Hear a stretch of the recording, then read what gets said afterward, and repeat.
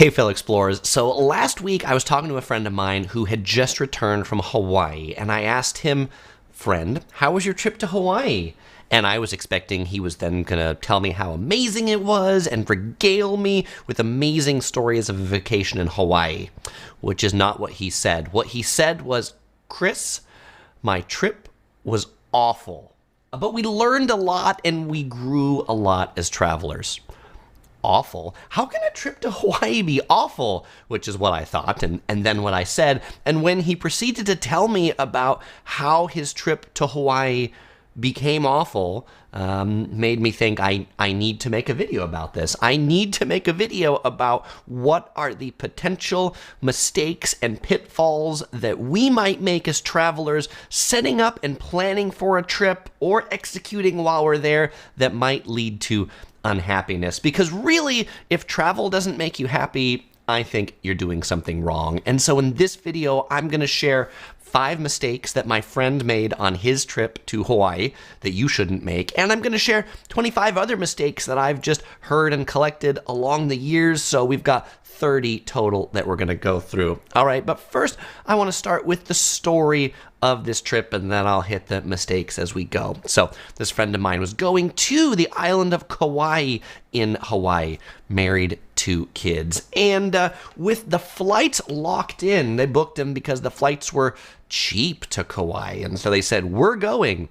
And then they went to look for hotels, only to find the hotels were really insanely expensive, because in today's day and age, you know what, hotel prices are like out of the world, while flights can still be kind of cheap. And so mistake number 1 is booking your flights without researching the other prices around your destination. And they found that the Hilton that they like to stay at in Kauai was like $1,000 a night. And they're like, we are not going to pay $1,000 a night. So what did they do? They turned to our good friend Airbnb, which was significantly cheaper than the Hilton, which is mistake number 2, being cheap on your accommodation. You know, nice places to stay, nice hotels, nice Airbnbs, they're expensive or even medium priced for a reason. And if something is significantly cheaper than everything else,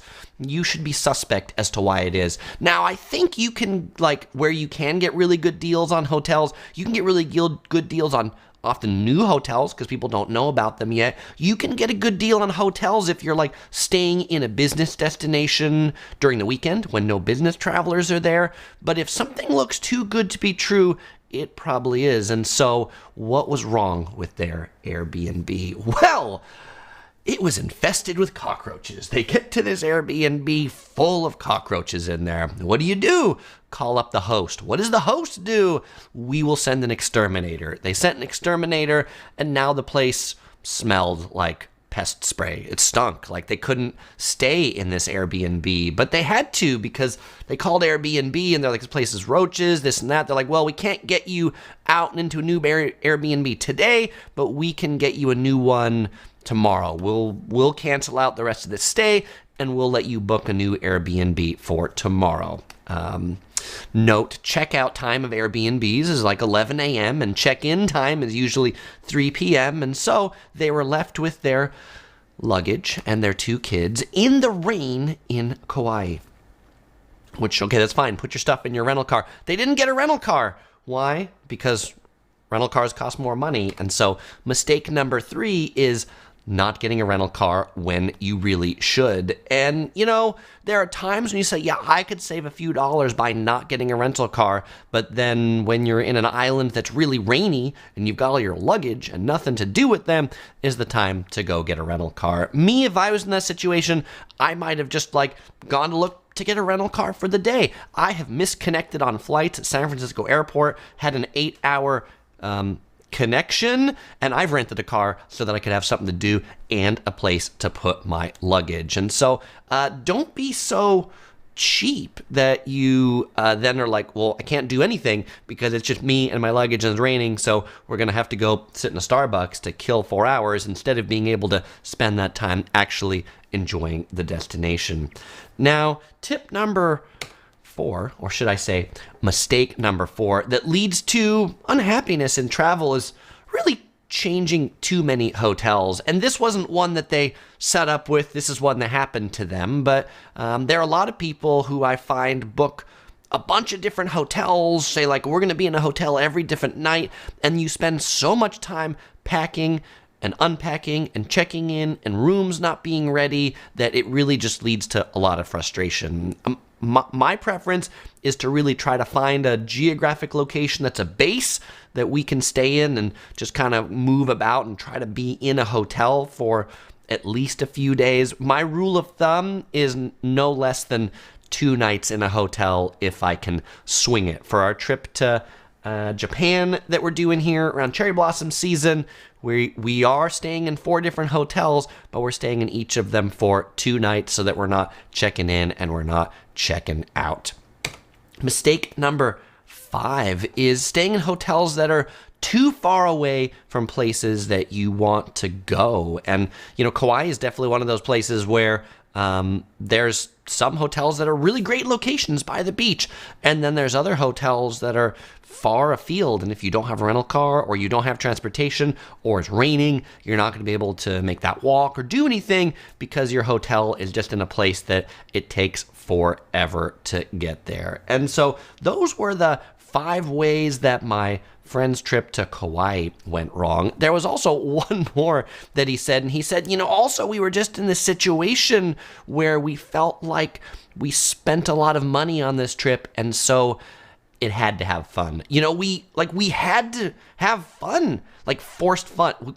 Kids, you must have fun because mommy and daddy have spent a lot on this trip, and that is like never the best way to approach things. And so if you don't have like the money for a great destination, then maybe pick a lower tier. Or even if you're like, I don't want to have all the pressure. Why should I go to a Disney World vacation and spend $10,000 when instead I can just go to, I don't know, the neighboring town that's a 2-hour drive and have a good weekend trip over there. Maybe less pressure might lead to having even more fun.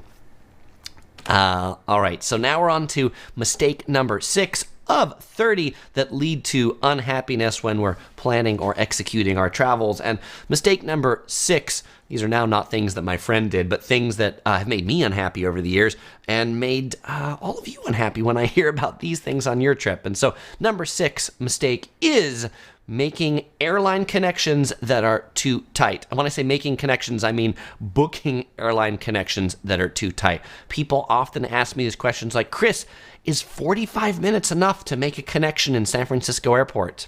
And you know what? United Airlines will allow you to book that ticket, but that is a recipe for disaster because that is a recipe for not making your connection, being stuck in the airport, not getting where you want to go, and then ultimately being unhappy. If you're connecting in big major airports, particularly ones that can be impacted by weather like San Francisco, no less than 2 hours for connections. If you're making like an international connection into the US, meaning maybe you're coming in from Europe or Asia and you have to clear customs in the US, then no less than 3 hours for that connection. That provided you actually want to make your connecting flight. If you want an extra night in whatever that connecting destination is, then maybe book it short so you take the connection out the next day.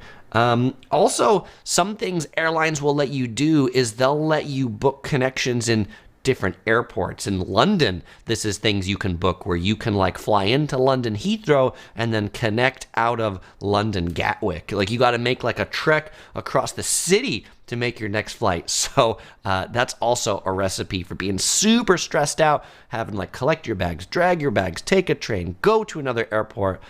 I would like spend a night in that destination and then go to the airport, calm and collected the next day so that if my inbound flight was delayed, I'm not having to huff and puff to try to get where I'm going. On the live stream, so it's me, Laura, says, I try to have no expectations when going on vacation, but I also over-plan fun. I think low expectations is definitely one way to be happy. If we expect something and then we don't get it, that's when things start to really turn sour. Points Traveler says, I will say Kauai is full of cockroaches. We stayed at the Sheraton Kauai for a honeymoon. It was great, but we enjoyed it with cockroaches. I am sorry to hear that. We found, when I was in Kauai, we were staying at the Hyatt there. We found it to be full of geckos, but I didn't find it to be full of cockroaches. And Jimmy says, I thought about doing LaGuardia to JFK in 4 hours, but chose not to. It's not worth the stress. I agree with you. And Kathy says, we're flying direct to Dallas and staying overnight and flying to Orlando the next day. That's a super good plan, Kathy. Mistake number 7 is booking tickets not as a connection, but as separate tickets. Booking connections essentially as separate tickets. So like Kathy there, and those are probably separate tickets. I don't know, could be a long connection, but some things I will see people do, and this was a ticket option. Say I'm going to Singapore, and I really want to take Singapore Airlines out of San Francisco, but it's really expensive to go from Orange County to San Francisco and then onwards to Singapore. This is a really expensive ticket, but the flight just from San Francisco to Singapore is really quite cheap, and so I'm like, well, I could book a Southwest Airlines flight from Orange County to San Francisco, and then, collect my luggage and then check into the flight to Singapore. Except if it's all in the same day, if anything happens to my Southwest flight, Singapore Airlines doesn't care. It's not their fault that I got to San Francisco late to check in and missed my flight. And so if you are making a connection, be very careful about those separate tickets. Really put a night in between there, right? That's one where, like, if I was going to do that, I would fly out the day before to San Francisco on Southwest, spend the night at a hotel, and then take Singapore Airlines the next day. In that case of that itinerary, that would have been a cheaper option than booking just the full-on connection out of my home airport. Mistake number 8 is not realizing that what looks to be a non-stop flight is actually a direct flight, and a direct flight is actually one that can have stops in it. Huh, Chris, what are you talking about? Well, you know what? This is a little deceiving in the airline industry, but they will often advertise direct flights. A direct flight is not the same as a nonstop flight. A nonstop flight is one where when you get on at your destination, you get on in San Francisco, and you land in Singapore and you get off the plane. A direct flight is one where it might actually stop, but you don't have to get off the plane. You don't have to connect. You don't have to change planes. Southwest will do this a lot, where they'll advertise, this plane goes from San Diego to New York City. It lands in Dallas. It lands in Atlanta. And then it lands in New York City. You don't get off of it, but you go directly there because you never have to get off the plane. Don't make that mistake. One of the ways to guard against that mistake is knowing how long the flight duration is supposed to be. And then if some reason this one is twice as long, it's probably because it's making a bunch of pit stops along the way. Ramen Goated says Ethiopian Airlines has so many direct flights from the USA, but they make stops in Dublin. Yeah, that's an interesting stopover destination. Tip number 9, or mistake number 9, is not paying attention to all of the fees, particularly if you're booking discount carriers. Spirit Airlines, I am talking about you, and a whole bunch of others in the same ilk. But, many of these discount carriers, Spirit Airlines, EasyJet, Ryanair, they've gone on record to say that the way they make the majority of their revenue is not on the fare that travelers pay for tickets, but the way they make the majority of their revenue is on the fees that they charge on the tickets after they sell them to customers. That is entirely their business model, where the fees are often more than the ticket price itself. So beware if you see a come-on fare and then you end up going like, oh my gosh, the fare was $100, but I spent $300 in fees. That's a recipe to make anybody a little bit... I should have some steam coming out of my head when I do that. All right. Mistake number 10 is booking flights towards the end of the day. Evening, nighttime flights. These are flights that are recipes for delays and cancellations. And you might say, well, Chris, it's more convenient to book a afternoon or evening flight because I get one more day to spend in my destination.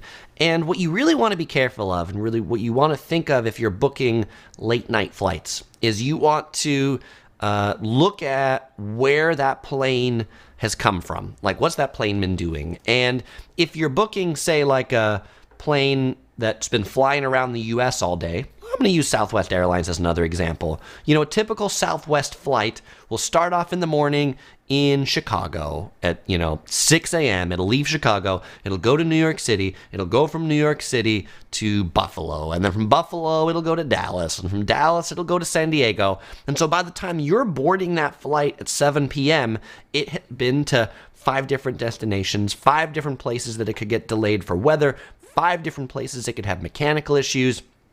The chance for your delay is really high. The places where late night flights are okay, if you're booking the flight from Los Angeles to Tokyo, that plane, that's all it does. It goes to Los Angeles, it goes back to Tokyo. It goes back to Los Angeles, it goes back to Tokyo. But definitely avoid the late day flights of the planes that have been to a lot of different places before they get to you. How do you find out where the planes have been? Sometimes the airline websites will tell you, or you can look at websites like Skyscanner and things like that, where you can actually put in your flight information and you can see where is my plane coming from, and you can track it back that way. And Ramen Goated is taking one of those flights to Istanbul, which departs at 7:30. And yes, my guess is that is a flight that just probably goes back and forth to Istanbul. And SoCal Seth says morning flights are the most consistent. Morning flights are the most consistent. I am not a morning person. I don't really enjoy 6 a.m., but I have learned to take 6 a.m. flights so that they actually go. The 6 a.m. flights, like, nearly always on time. Those flights, the plane is in the right place, the crew is in the right place, and so they just take off in the morning. And any other plane, you got a bit of a roll of the dice as to whether that's going to get where you're going. Brandon says, I always track my flights beforehand. That's a good plan. And it's good to even do, like, when you're researching and booking your trip, you can just look and see this flight, was it late today? How often is it late? Is it late regularly? And many of these airlines or websites, like Alex points out, Flight Radar 24 or Flight Aware, will give you statistics about how on time a particular flight is.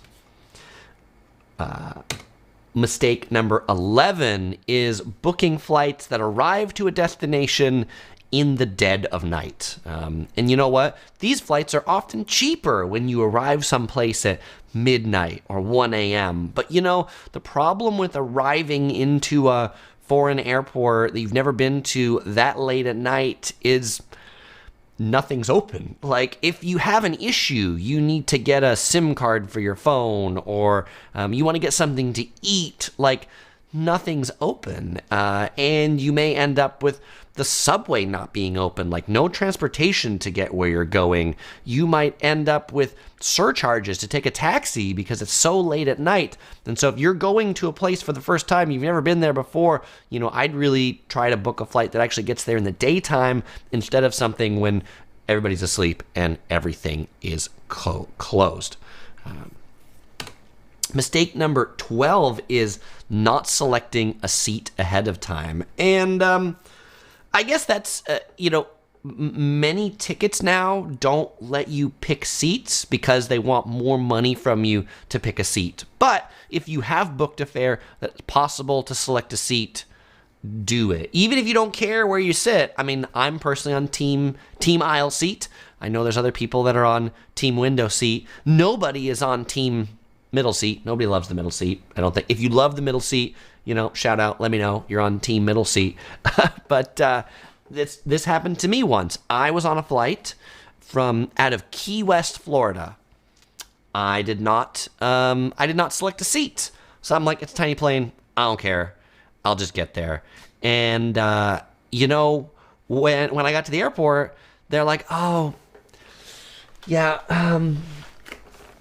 we've had to weight limit the aircraft, and so since you didn't select a seat, sorry, you don't get to go on this flight. We only were able to fly the people that had selected seats and that were in the first 12 rows.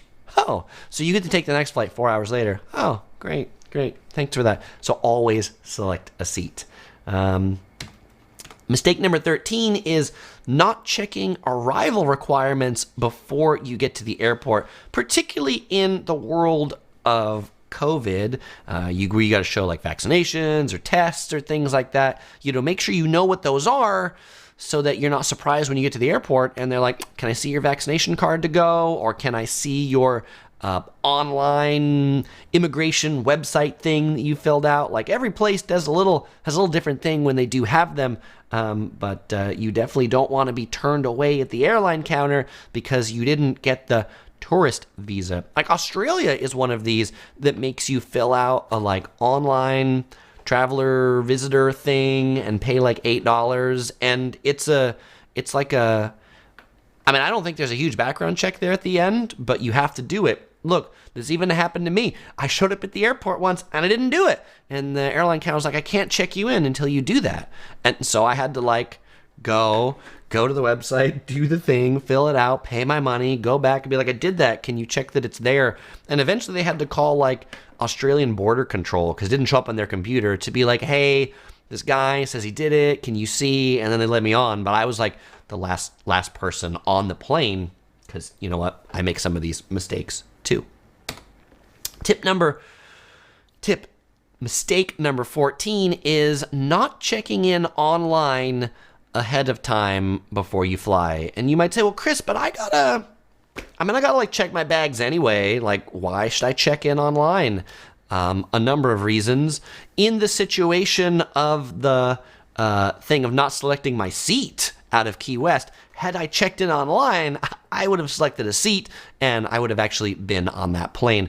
I've seen a number of airlines when they decide to like weight limit a plane, meaning that there's weather and they can't fly the plane with all the weight, so they got to get people off the plane.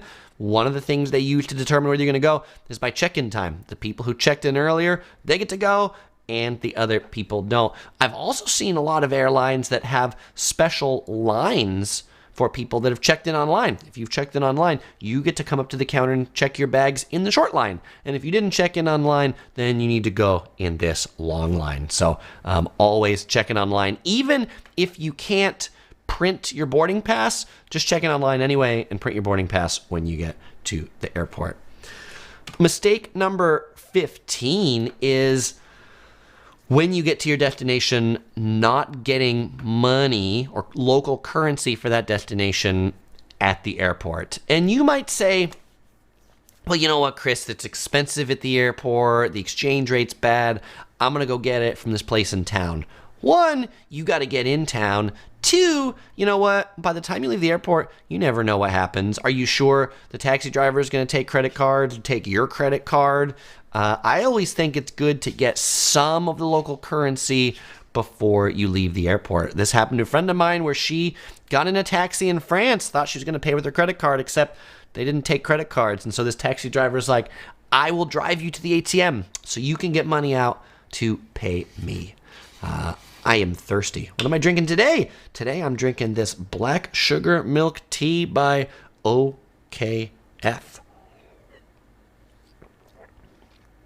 Which is good. It has a really nice black sugar like aftertaste to it. Like it's sweet, but not too sweet because it's the black sugar sweet.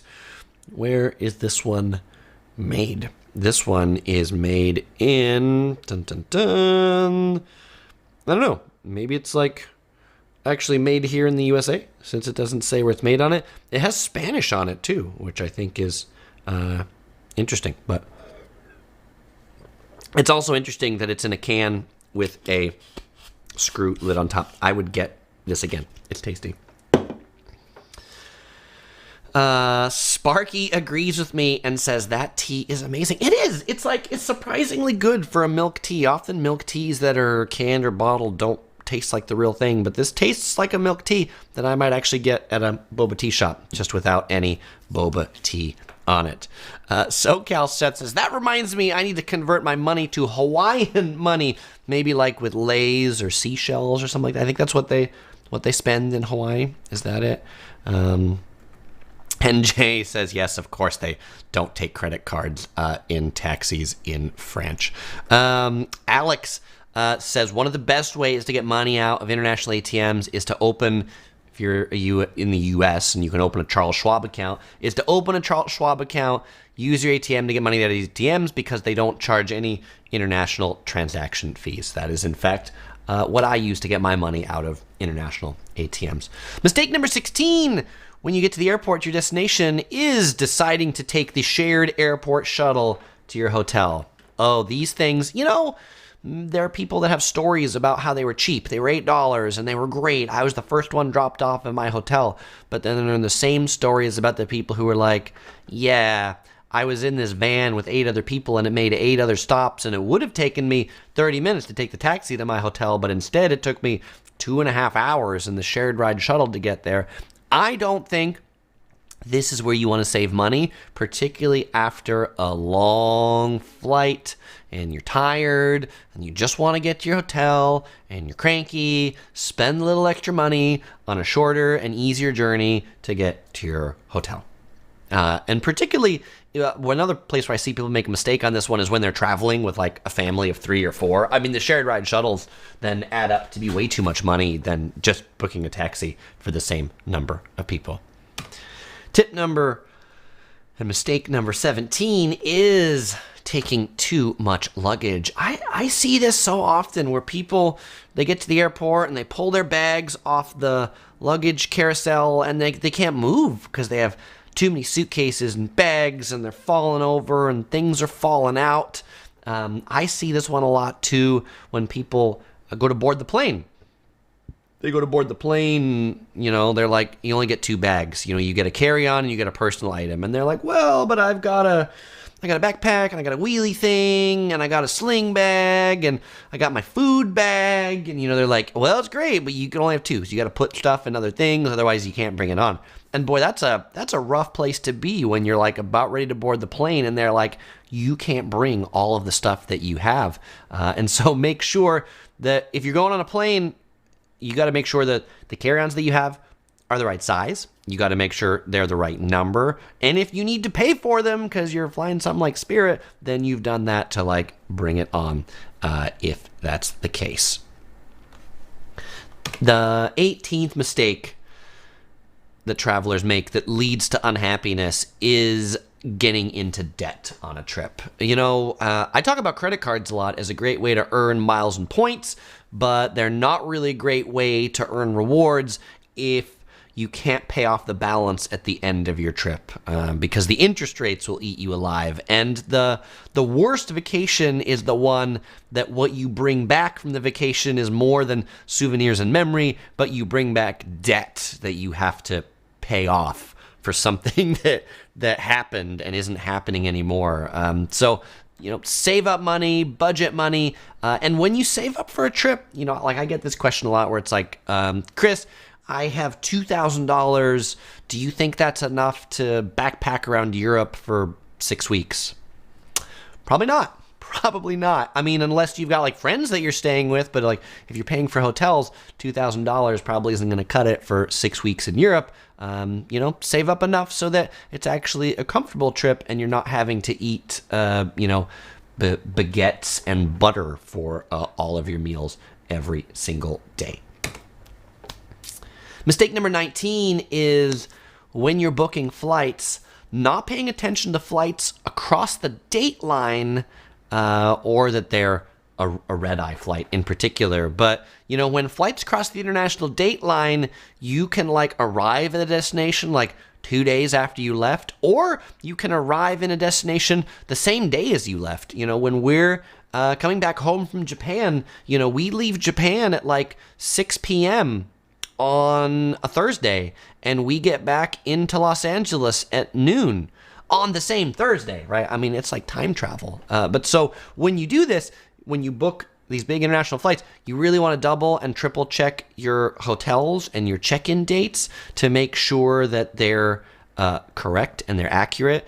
And for us, I use Google Calendar to like store my life on, but like Google Calendar is like kind of weird on these like international flights and things. When it like puts them on the calendar, they're in the wrong place. You know, my flight that's on a Thursday on Google Calendar is on a Wednesday, because when I look at it from home in Pacific time, it like adjusts it to there. And so if I looked at there and said, what day do I leave? It would be on the wrong day. Anyway, be really careful so that you don't end up at your destination and find out your hotel booking isn't until the next day. Or even worse, it was yesterday and they canceled it because you didn't show up.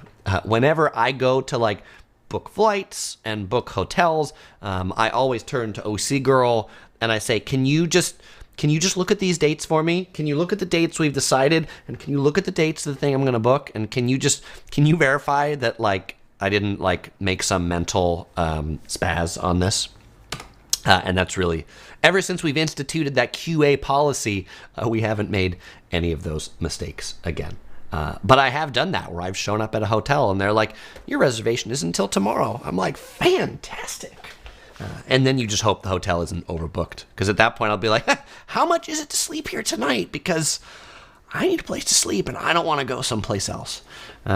Mistake number 20 is not signing up for the rewards programs in airlines, hotels, and rental cars. If you travel a lot or even a little and you don't sign up for the rewards programs, you're simply throwing money away, because you can redeem even a small number of points for a free magazine subscription or something like that.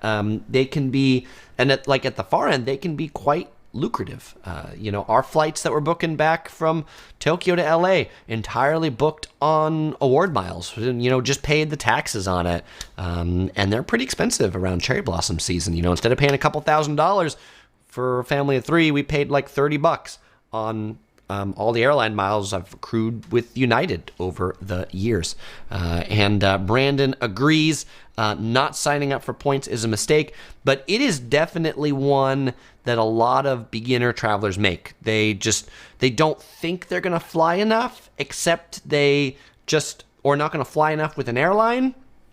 But you know what? Sign up for it, you start traveling, and 10 years later, maybe you might even be like, oh, well, now I got enough for a free flight that I wouldn't have had before. So, there's no downside. It doesn't cost you any money to sign up for the frequent flyer program. They're all free to sign up for. Right, Alex in the chat gives an advanced tip, which this is a good one, so I'll talk about it right now, which is, particularly for airlines, you should have a goal of having one membership for each alliance and then consolidate your points into that membership program. What's Alex talking about? So there are 3 major airline alliances. There is Star Alliance, which United is the major American carrier in Star Alliance. Delta, which has SkyTeam. SkyTeam is the alliance. Delta is the major carrier in there from the US. And then there's One World, which American Airlines is the major carrier in One World. And so each of these alliances has, 20 or so airlines that are as part of the alliance, which means they all agree to do code shares and connecting flights together and interline luggage, and also recognize and honor airline status from other airlines in the alliance, and also credit points to other programs. And so if you, for example, if you're flying in Star Alliance a lot, you might say, well, I'm going to fly ANA and credit my miles back to United so that I get them all in one place so that I can then use them for something. If you have a bunch of programs and 10 or 20 miles in every one, you need them like centralized in some place to use them. PG asks, what is the best alliance? It really kind of depends where you're intending to go or where you're intending to travel to. I personally like Star Alliance. We travel to Asia a lot, and Star Alliance, I think, has the best carriers and flights and awards to Asia. I like that Singapore Airlines is a part of it. I like that ANA is a part of it. One World has Japan Airlines in it. I think One World can be pretty strong to Europe from the US, but One World, the British Airways, like a member of One World, British Airways charges fuel surcharges on their award tickets, and so then it's not very good to book luxury tickets. I find SkyTeam, which is where Delta in it, is the worst for redemptions. Like, it's the most expensive, which is often why Delta's airline miles, they call them Sky Miles, but many people call them Sky Pesos because they're just so worthless. And that was to answer Ramen Goated's question about, is SkyTeam any good? I think like Delta is great as an airline. Their flights are on time, planes are clean, but their rewards program is crap. Mistake number 21 is not getting a international data plan or foreign SIM card or Wi-Fi access point.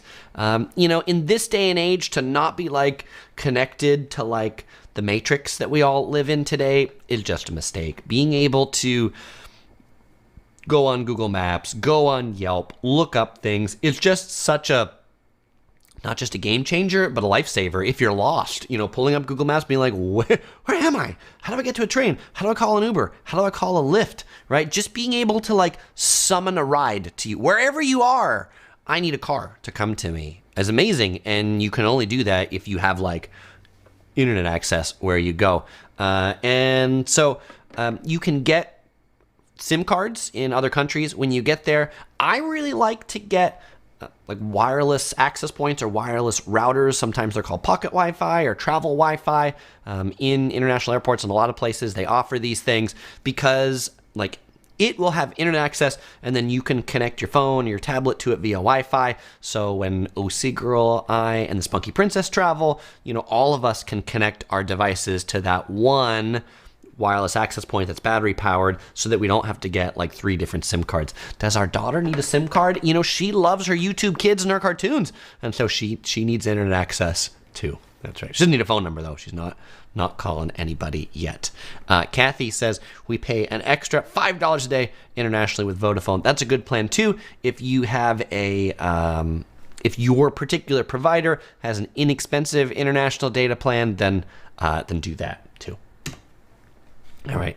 Brandon says, yeah, it's not the 1990s. It's a must to have a wireless smartphone with apps at this point. I agree. Mistake number 22 is not printing out your travel and reservation details. Now, I just told you about how we're in this 21st century where we need to be online all the time so we can access all of our stuff. But you know what? Occasionally that feels. Occasionally we can't get online. It is really useful to have paper copies of things. And not just if our phone dies, but I find a place that I often get asked about my travel details is at airports in like immigration or passport control. Particularly, they'll be like, hey, when are you leaving? And can I see your flight details? Happens a lot, particularly if you've booked one-way tickets. And we do that a lot where we're like, hey, we're going to go to Singapore, Taiwan, and Japan.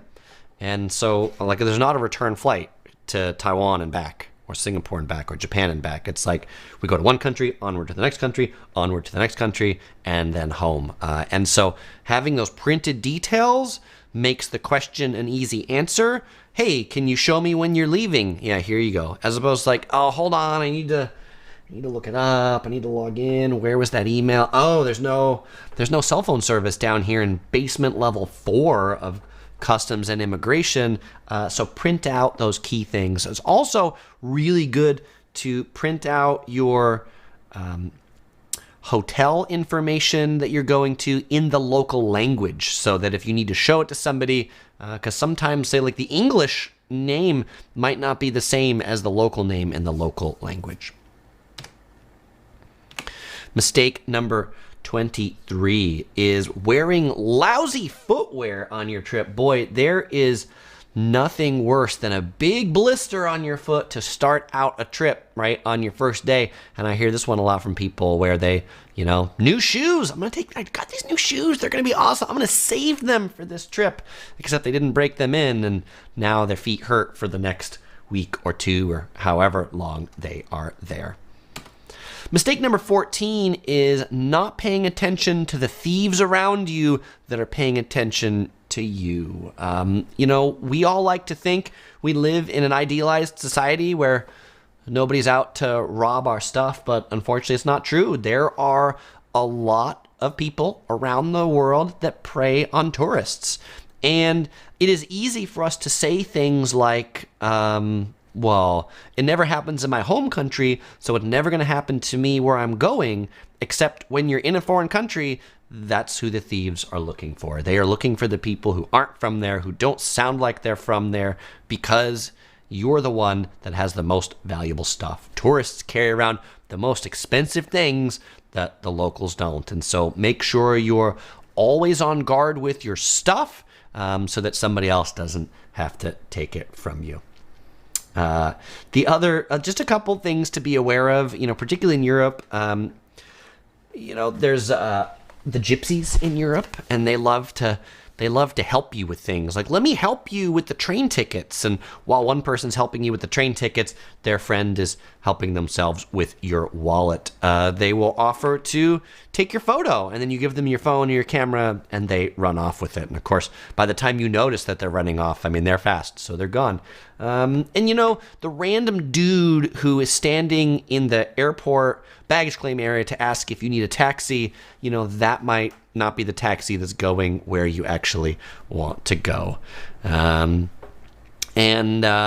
Yes, a lot of people say rest in peace, Topher. Thank you for the kind words for Topher, right? That was, if you're new to the channel, we lost Topher in London a few years back, where this happened to us. And, I made a video all about tour scams in London, where I talk about pickpockets and things like that.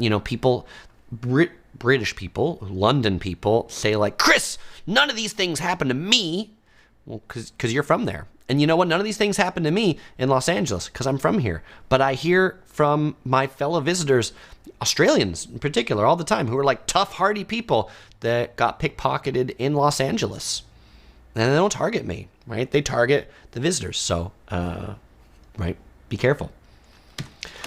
Mistake number 25 is going to a destination and never leaving the tourist areas. It's seductive when you go to New York City to be drawn like a moth to the flame to the lights at Times Square, and then to go see the Statue of Liberty, and then to go see Central Park, and to miss all of the other great parts of Manhattan that you might only find, and more of New York City. There's more than just Manhattan, frankly. There's Queens and the Bronx, and these places that you might only experience if you just wander around a little bit, because they might not have a big attraction to draw you there. And so definitely build in some time on your journey to explore the things in between the major attractions so that you get a good appreciation for what the destination actually is.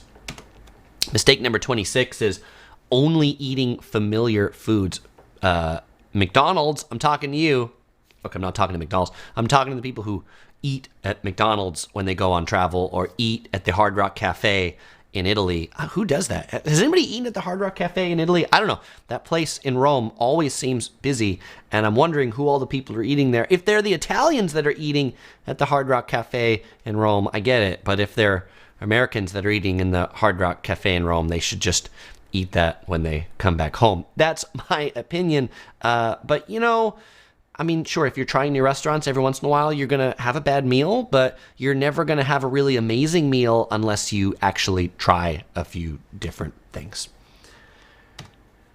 Mistake number 27 is getting bummed out about delays and cancellations and bad weather and rainy days. You know what? That's all part of travel. Some days you get to do the things you wanted to do. Other days you don't. I talk about this earlier. I talked about when I misconnected in San Francisco on my way to Singapore, and I now had 8 hours to spend in San Francisco airport. And I could sit around the airport being all bummed out, but instead, I took out my smartphone, I opened up the Hertz app, and I said, how much does it cost for a rental car from Hertz for 6 hours? $30. I'm like, all right, I'm doing that. I'm taking the airport train. I'm getting my $30 rental car. I'm going to go see me some San Francisco today. Because my luggage was checked in, to go to the next flight. So I didn't have to worry about that too much. But, make the best of your situation. And sure, I could sit there and sulk, or I could use the time productively. So don't get bummed out. Whatever it is, it happened. And now you just got to make the best of a new situation. Alex apparently left his heart in San Francisco. Alex, next time in San Francisco, I'm gonna try to look for your heart so you can get it back. Mistake number 28 is not putting down the camera. We all love to take pictures. We all love to take our selfies. We all love to take our Instagrams. But sometimes we don't actually see the destination if our camera is up all the time. And this is one of the people often ask me, like, when I shoot my videos, like, am I vlogging it live, or how many times I look at things, or how many takes do I do? Like, when I'm in a place or new place, I generally, like, walk around it once without my camera to, like, experience the place. And then I come back a second time to, like, record it. Because if I'm just recording it for the first time as I'm experiencing it, then I'm not really, like, because I'm trying to pay attention to the camera, and so I'm not really seeing things the same way I'd see it without that stuff. And then I try to replicate that a little bit when I come back to record it to, like, emote the things that I'm seeing. Like, oh, take a look at this. It's really neat. There was a little... there was a little bunny hair flying in front of the camera. It is raining here in Southern California, so our bunny is just down here in the studio today. He's being quiet, though, so good job, MacGyver. All right, good. Mistake number 29 is planning a trip and having too full of an itinerary.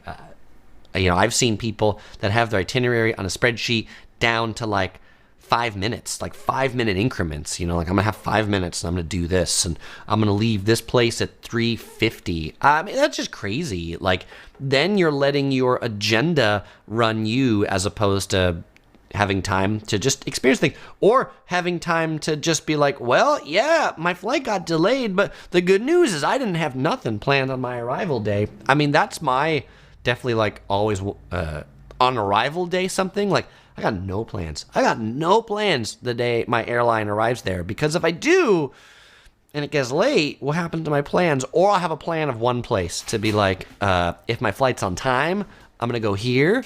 And if it's not, then, well, I don't know. Then I'll figure that out when it's not. But knowing that this plan is if all goes well, and that there might be a plan B.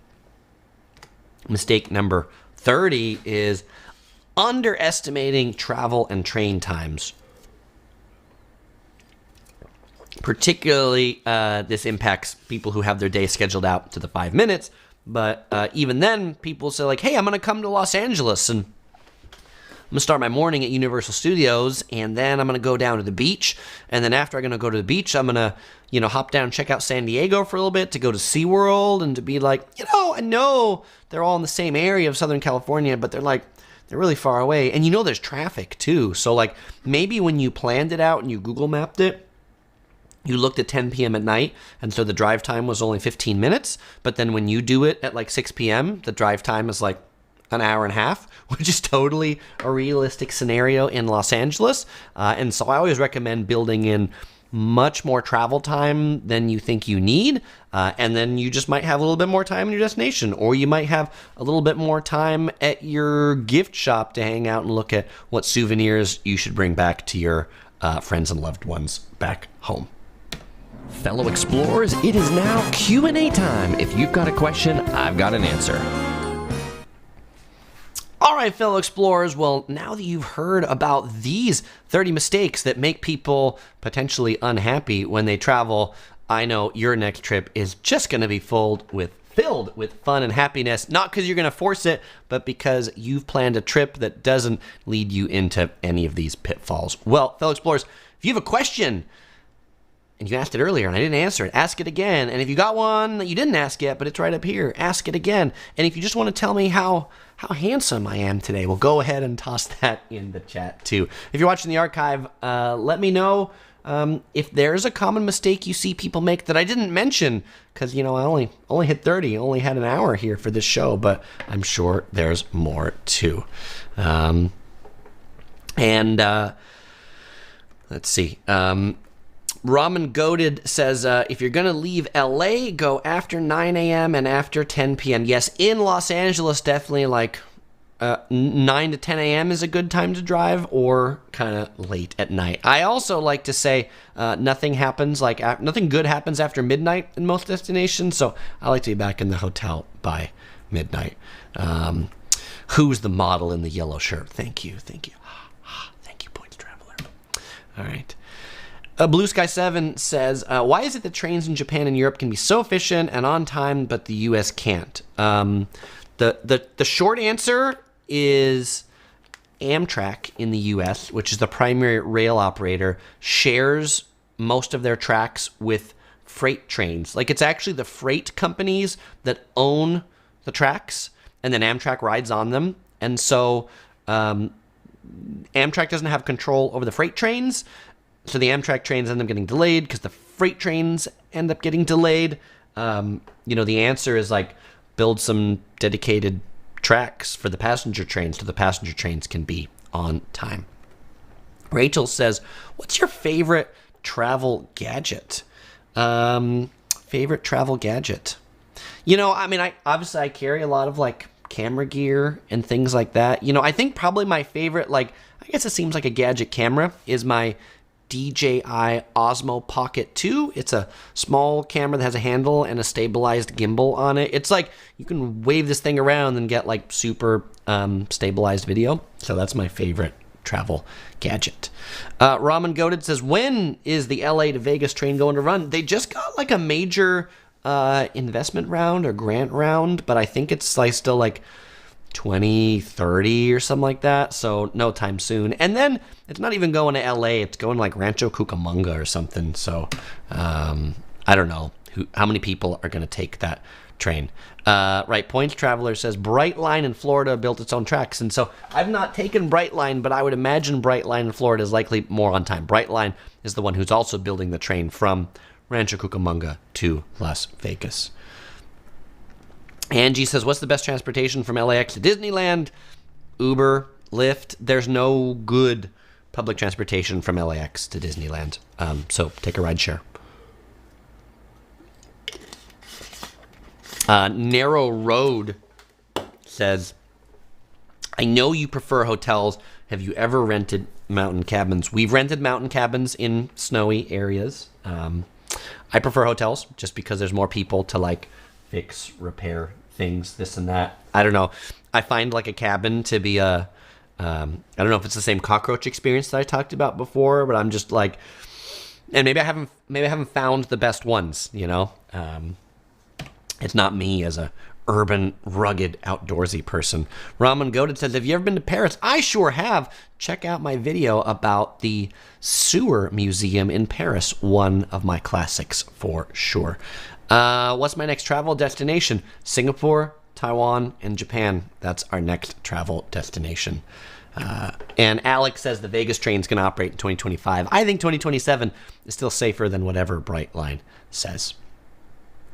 Janelle says, I went to Resorts World last week. 10 of 10, my second time there. Superior service. Don't want to stay anywhere else. Janelle, awesome. I'm glad to hear you enjoyed Resorts World and that they're still firing on all cylinders. Question of whether I prefer the Passmo versus Suica cards in Japan. They're like the same thing. Really, you can load them in the same places, this and that. I think I maybe like the designs on the Suica cards better. But I honestly, I've got like both stacked up because I've just bought both over the years. I bought some Suica cards. I bought some Passmo cards. For the people who don't know what those are the stored value cards to like take the train in Tokyo and this and that. And they like Japan Railways sells the Suica card, and then the other train operators sell the Passmo card, but they've built an infrastructure to make them interchangeable to each other. Ramen Goated asks if I've tried Pakistani food. I don't know that I've specifically tried Pakistani food. Should I? And Narrow Road says, my wife will only stay in glamper mountain cabins, so believe me, you get what you pay for. All right, maybe I need to look at some glamper mountain cabins. Grant says, I'm just getting on. What did I miss? Nothing, because it's in the archive to watch it later. Welcome, Grant. A day in my funny life. Anything to do in Tokyo after 10 p.m.? Most of the shops are going to be closed. I think like probably the best place to go after 10 p.m. just for like maybe like nightlife and exploring the streets is Shibuya. Shibuya is pretty busy, and so is Kabuki-cho in Shinjuku. So those would be my two recommendations. There are certainly stores in Tokyo that like never sleep. Don Quixote is famous for having like 24-hour stores, so you could go visit like a Don Quixote late at night too. Ramen Goat asks, where are we planning to travel this summer? No plans yet for this summer. We don't plan them out all that far ahead, so hopefully a cool destination. Gene says, do they require PIN for credit card purchases in Japan? No, generally not. I mean, if your credit card has a PIN on it, then the reader might require it, but generally no. Janelle says, have you been to Nashville? I have driven through Nashville. So I was there for like a day. I'd be happy to go back too. I just haven't made it there. Blue Sky 7 says, are the snow monkeys in Japan still swimming even though there's no more snow? There is still water where the snow monkeys hang out, yeah. So yes, they definitely swim in the water when there is no snow. PG says, what's the best day trip out of Tokyo? It is Nikko. Family Mart or 7-Eleven, two big convenience stores in Japan. I think 7-Eleven, because I like the ATMs at 7-Eleven. Like, they work on like any foreign card, so 7-Eleven is a regular stop for us to get money, to get Japanese yen. Good to Go Joe says, have I ever tried Solus Global Hotspot? I have not. Let me know if you like it, Joe. Teacher's Card says, what's the best ice cream in San Diego and LA? There are like so many ice cream shops in San Diego that it's like maybe hard to pick one. But if you like Italian gelato in the Little Italy neighborhood, it's called like Papa Lecco, something like that. They're pretty good. And then if you're in not LA, but if you're in Orange County, in Laguna Beach or Newport Beach, Gelato Paradiso is really good. I like gelato just because I think it's like a more refined type of ice cream. Salt and Straw is also a brand that's been like making a lot of outposts, and I think their ice cream's pretty good and unique too. Ramen says, have you ever been to Cancun? Not yet. Kathy says, I need to come back to Melbourne. I do need to come back to Melbourne. Waka asks if I like Mr. Donut. It's a donut store in Japan. It's fine. They're donuts. I don't seek out Mr. Donut. Am I missing anything, Waka? Alex gives a second for the Salt and Straw ice cream in downtown Disney. And then Gene says, hello from rainy Encinitas, a beach city in San Diego. Just got back from Arches National Park. Highly recommend the Hyatt Place Moab. I will keep that in mind. Yes, it's the time you've been waiting for. It's time for the giveaway. All right, fellow explorers, as in every live stream, I always give away a Yellow Productions crew shirt if you can answer my question about something I talked about in the live stream. And I will ship the Yellow Productions shirt to you anywhere in the world if you can answer in the story I started this with about my friend who had the awful trip. Where was his awful trip to? If you're the first to answer that question, I will ship that shirt to you anywhere in the world. And if you didn't win one and you want to buy one, you can pick up your fancy Yellow Productions merchandise over at the Yellow Productions shop. You'll also find the link in the description below. And if you're wondering, Chris, when is the next live stream? It's probably going to be next week, but what day and what time? Head over to the Yellow Productions email list. Sign up right here. I will send you an email as soon as I've scheduled it and I know the topic. And now we have a winner chicken dinner. All right, congratulations to Cottage Full of Love. You were the first one to get the right answer of Kauai. Send me an email to chris@yellow-productions.com. You'll find it in the description. Send me your address and your size, and you will win. You have won a shirt. Second place goes to Kel. Third place goes to Points Traveler. Thank you all for playing today. Well, fellow explorers, as usual, I won't say goodbye because I'm going to see you in the next video.